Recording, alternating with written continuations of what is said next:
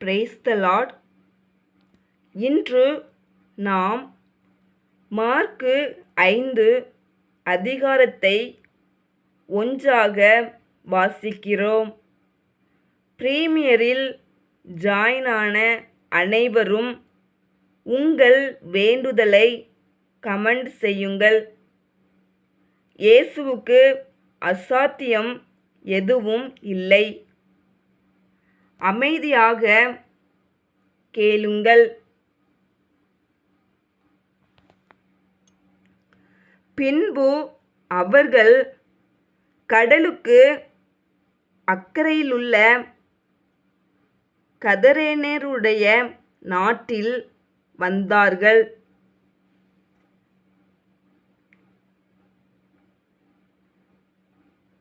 அவர் படவிலிருந்து இறங்கினவுடனே அசுத்த ஆவியுள்ள ஒரு மனுஷன் பிரேத கல்லறைகளில் இருந்து அவருக்கு எதிராக வந்தான்.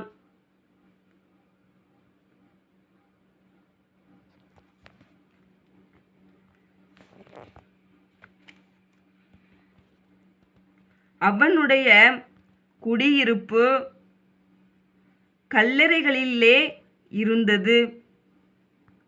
அவனை சங்கிலிகளினாலும் கட்ட ஒருவனாலும் கூடாதிருந்தது.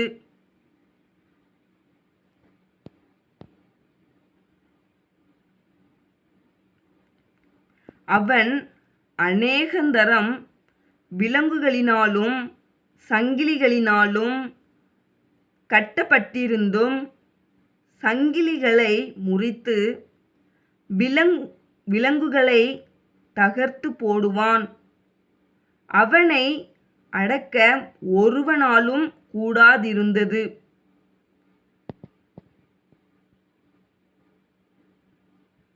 அவன் எப்பொழுதும் இரவும் பகலும் மலைகளிலும் கல்லறைகளிலும் இருந்து கூக்குரலிட்டு கல்லுகளினாலே தன்னை காயப்படுத்தி கொண்டிருந்தான்.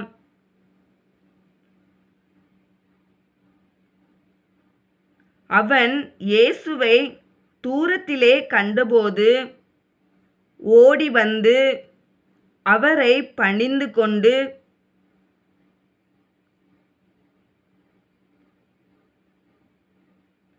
இயேசுவே, உன்னதமான தேவனுடைய குமாரனே, எனக்கும் உமக்கும் என்ன?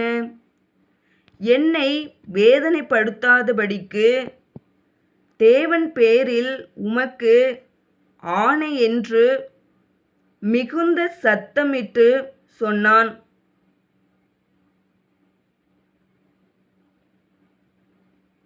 ஏனெனில் அவர் அவனை நோக்கி, அசுத்த ஆவியே, இந்த மனுஷனை விட்டு புறப்பட்டு போ என்று சொல்லியிருந்தார்.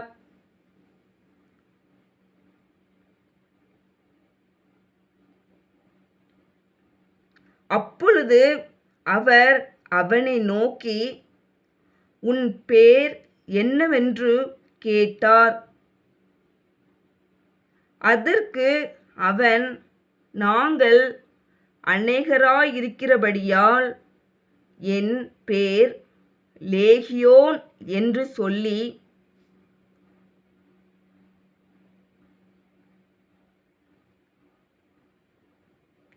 தங்களை அந்த திசையிலிருந்து துரத்தி விடாதபடிக்கு அவரை மிகவும் வேண்டிக் கொண்டான்.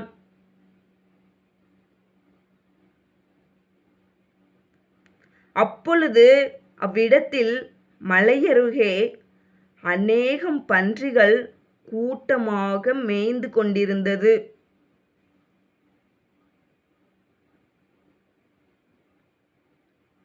அந்த பிசாசுகள் எல்லாம் அவரை நோக்கி, பன்றிகளுக்குள்ளே போகும்படி அவைகளுக்குள்ளே எங்களை அனுப்பும் என்று அவரை வேண்டிக் கொண்டன.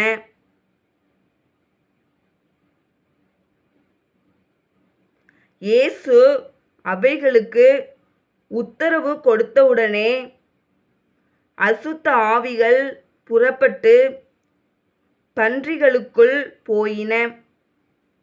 உடனே ஏறக்குறைய 2000 பன்றிகளுள்ள அந்த கூட்டம் உயர்ந்த மேட்டிலிருந்து ஓடி கடலிலே பாய்ந்து கடலில் அமிழ்ந்து மாண்டது.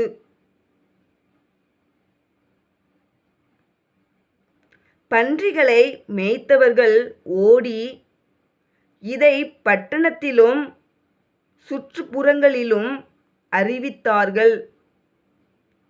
அப்பொழுது சம்பவித்ததை பார்க்கும்படி ஜனங்கள் புறப்பட்டு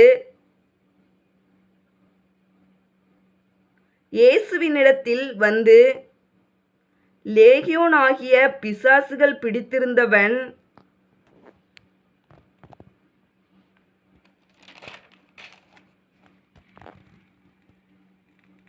வஸ்திரந்தரித்து உட்கார்ந்து புத்தி தெளிந்திருக்கிறதைக் கண்டு பயந்தார்கள்.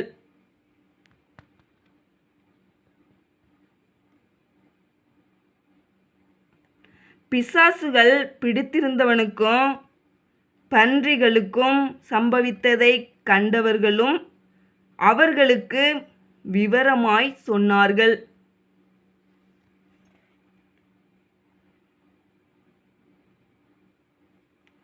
அப்பொழுது தங்கள் எல்லைகளை விட்டு போகும்படி அவரை வேண்டிக் கொள்ளத் தொடங்கினார்கள்.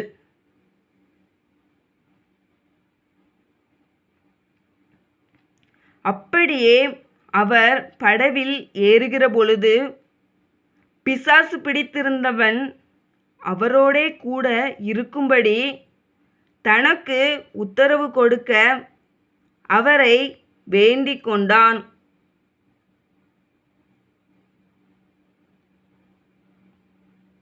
இயேசு அவனுக்கு உத்தரவு கொடாமல், நீ உன் இனத்தாரிடத்தில் உன் வீட்டிற்கு போய் கர்த்தர் உனக்கு இரங்கி உனக்கு செய்தவைகளை எல்லாம் அவர்களுக்கு அறிவி என்று சொன்னார்.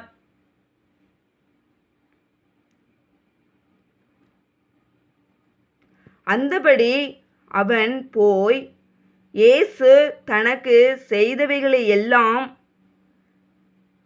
தெக்கப்போலி என்னும் நாட்டில் பிரசித்தம் பண்ணத் தொடங்கினான். எல்லாரும் ஆச்சரியப்பட்டார்கள்.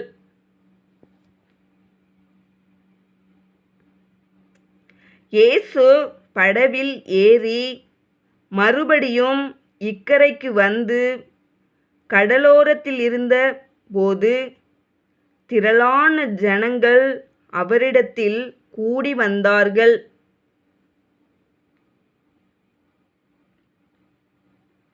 அப்பொழுது ஜெப ஆலயத் தலைவரில் ஒருவனாகிய எவிரு என்பவன் வந்து அவரை கண்டவுடனே அவர் பாதத்திலே விழுந்து,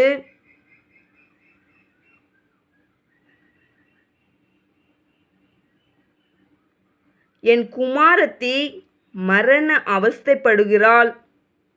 அவள் ஆரோக்கியம் அடையும்படிக்கு நீர் வந்து அவள் மேல் உமது கைகளை வையும்.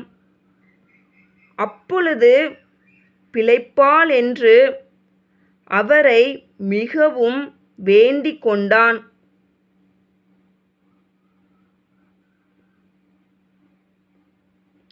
அவர் அவனோடே கூட போனார். திரளான ஜனங்கள் அவருக்கு பின் சென்று அவரை நெருக்கினார்கள்.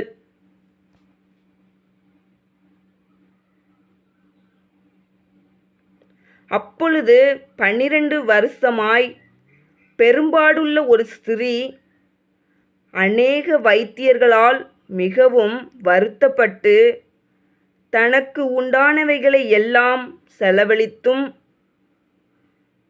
சற்றாகிலும் குணமடையாமல் அதிக வருத்தப்படுகிற பொழுது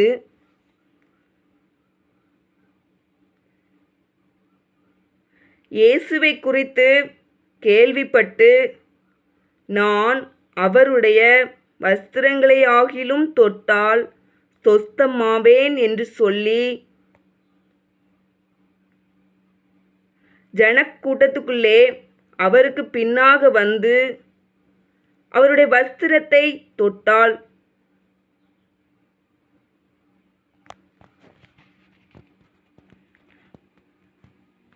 உடனே அவளுடைய உதிரத்தின் ஊறல் நின்று போயிற்று. அந்த வேதனை நீங்கி ஆரோக்கியமடைந்ததை அவள் தன் சரீரத்தில் உணர்ந்தாள்.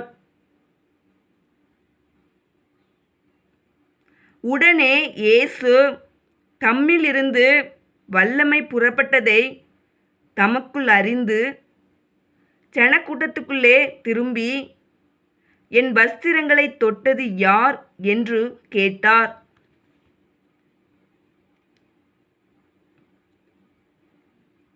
அவருடைய சீசர்கள் அவரை நோக்கி, திரளான ஜனங்கள் உம்மை நெருக்கி கொண்டிருக்கிறதை நீர் கண்டும் என்னை தொட்டது யார் என்று கேட்கிறீரே என்றார்கள். இதை செய்தவளை காணும்படிக்கு அவர் சுற்றிலும் பார்த்தார். தன்னிடத்திலே சம்பவித்ததை அறிந்த அந்த ஸ்திரீயானவள் பயந்து நடுங்கி அவர் முன்பாக வந்து விழுந்து உண்மையை எல்லாம் அவருக்கு சொன்னாள்.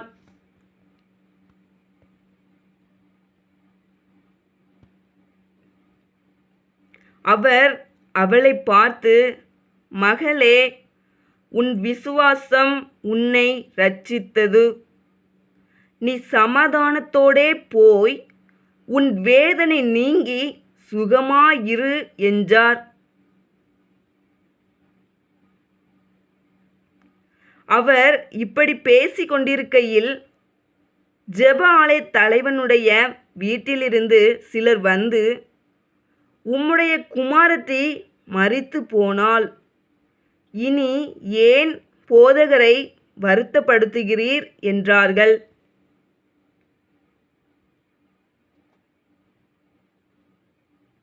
அவர்கள் சொன்ன வார்த்தையை இயேசு கேட்டவுடனே ஜெப ஆலய தலைவனை நோக்கி, பயப்படாதே, விசுவாசமுள்ளவனாயிரு என்று சொல்லி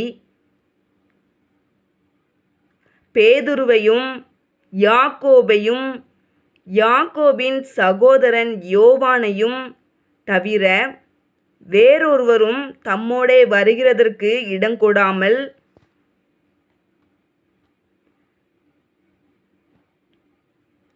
ஜெப ஆலய தலைவனுடைய வீட்டிலே வந்து சந்தடியையும் மிகவும் அழுது புலம்புகிறவர்களையும் கண்டு உள்ளே பிரவேசித்து, நீங்கள் சந்தடி பண்ணி அழுகிறதென்ன? பிள்ளை மரிக்கவில்லை, நித்திரையாயிருக்கிறாள் என்றார். அதற்காக அவரை பார்த்து நகைத்தார்கள். எல்லாரையும் அவர் வெளியே போக பண்ணி பிள்ளையின் தகப்பனையும் தாயையும் தம்மோடே வந்தவர்களையும் அழைத்து கொண்டு பிள்ளை இருந்த இடத்தில் பிரவேசித்து,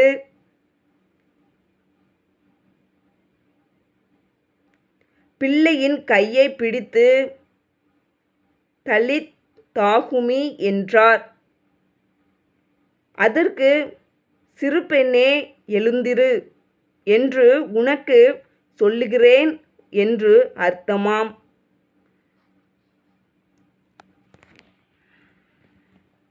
உடனே சிறுபெண் எழுந்து நடந்தாள். அவள் 12 வயதுள்ளவளாயிருந்தாள். அவர்கள் மிகுந்த ஆச்சரியப்பட்டு பிரமித்தார்கள்.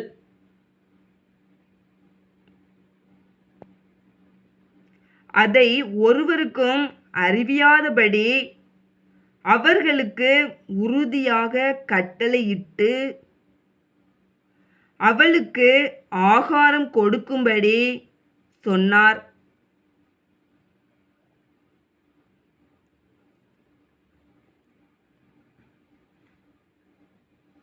ஆமேன். மார்க்கு 5. இயேசுவுக்கு அசாத்தியம் எதுவும் இல்லை. இந்த வாசிப்பு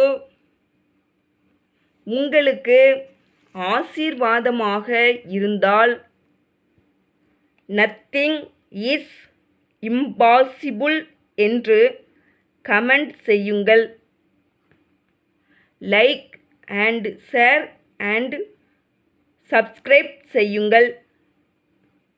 பிரீமியரில் இணைந்த அனைவருக்கும் நன்றி.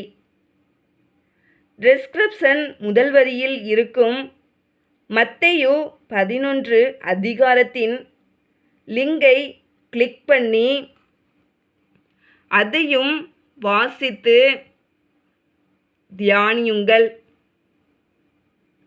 ஜீவ வார்த்தை, தேவனுடைய வார்த்தை உங்கள் வாழ்க்கைக்காக.